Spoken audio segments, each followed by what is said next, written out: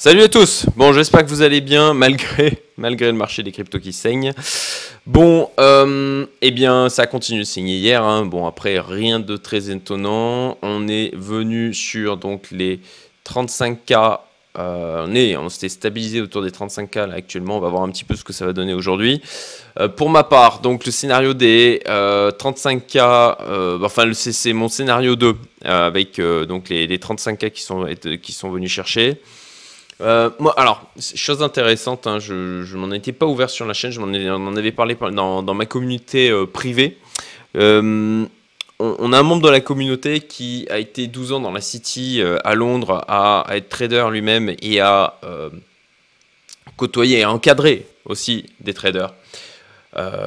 Et donc il a encore tout son réseau, et c'était assez intéressant parce que lorsqu'on a fait un point semaine dernière, il nous disait, ben moi avec mes potes là, ce qu'on ferait, parce que comme je l'ai dit plusieurs fois dans mes vidéos, on a des gens plus avertis qui sont rentrés sur le marché, clairement.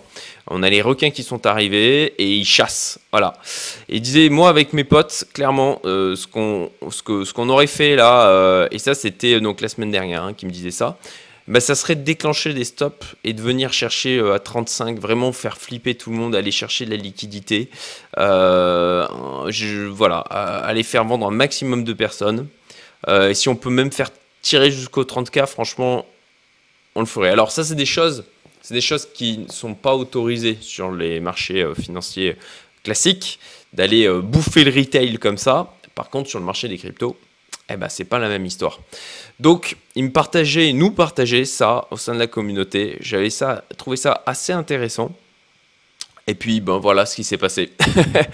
donc, je garde en tête qu'on a un marché qui se transforme, qu'on n'a pas les mêmes acteurs dessus, qu'on a des gens qui sont plus expérimentés et qui sont là pour nous bouffer. Et moi, je m'inclus hein, avec vous dans les retails. Hein. Je suis un investisseur, mais je n'ai pas une formation associée. Je n'ai pas été dans des salles de marché.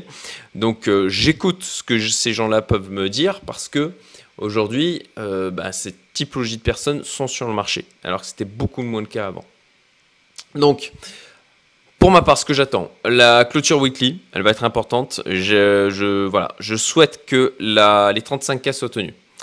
Deuxièmement, les annonces de la Fed le 26 janvier. Ça ne serait pas la première fois. Alors, au niveau de la bourse, je pense qu'on peut avoir un beau gap baissier lundi.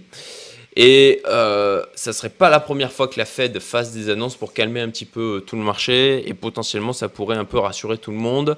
Donc, voilà, j'attends de voir. Et puis enfin, la clôture monthly. Dans tous les cas, pour ma part, j'ai pour règle de ne pas vendre dans des moments de panique comme ça. Je préfère déjà me poser, réfléchir, d'attendre des clôtures.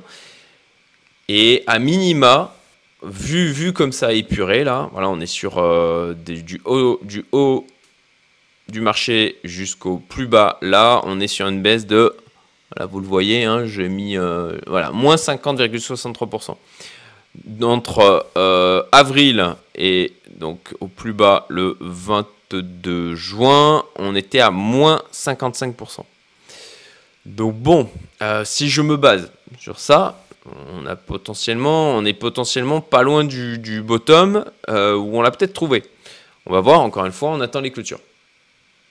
Donc, écoutez, pour moi aussi, hein, c'est pas facile, c'est pas simple. C'est dans ces phases-là où il faut effectivement mettre en place sa résilience et puis utiliser tout ce qu'on a pu mettre en place de manière globale autour de soi pour gérer ces moments-là. C'est aussi l'entourage, hein, j'en reviens continuellement, l'entourage fondamental. C'est pour ça aussi que j'ai créé ma communauté privée. Voilà, ceux que ça intéresse, hein, c'est ouvert aux entrepreneurs, investisseurs. Vous pouvez postuler sur le site.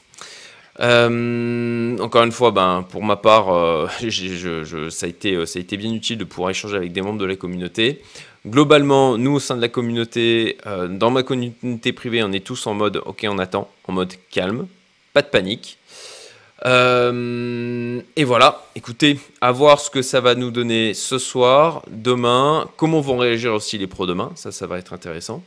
Et puis je pense semaine prochaine faire aussi une vidéo sur mes mandats de gestion pour parler de je trouve toujours intéressant de voir qui a le mieux résisté dans ces périodes de baisse.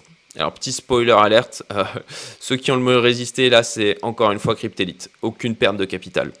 Enfin, 0,2%, un truc comme ça, ridicule. Alors certes, ils n'ont pas super bien performé parce que le marché n'est pas facile, hein, on le voit, moi je le vois aussi avec tous les mandats de gestion, ils s'arrachent les cheveux. Hein, c'est vraiment un marché difficile, même avec des gens très expérimentés. Je le vois aussi avec les gens que je peux côtoyer qui sont potentiellement traders depuis 10 ans ou voire plus, beaucoup plus. Il est pas évident parce qu'il est en période de transformation. Voilà, c'est comme un ado. Il a la voix qui mue, il a le caractère qui a des sursauts. Voilà, tu sais jamais trop comment il va réagir. Bah voilà, dans un marché qui se transforme comme ça, c'est un peu pareil. Donc écoutez, voilà, j'espère que ça va vous être utile pour prendre du recul.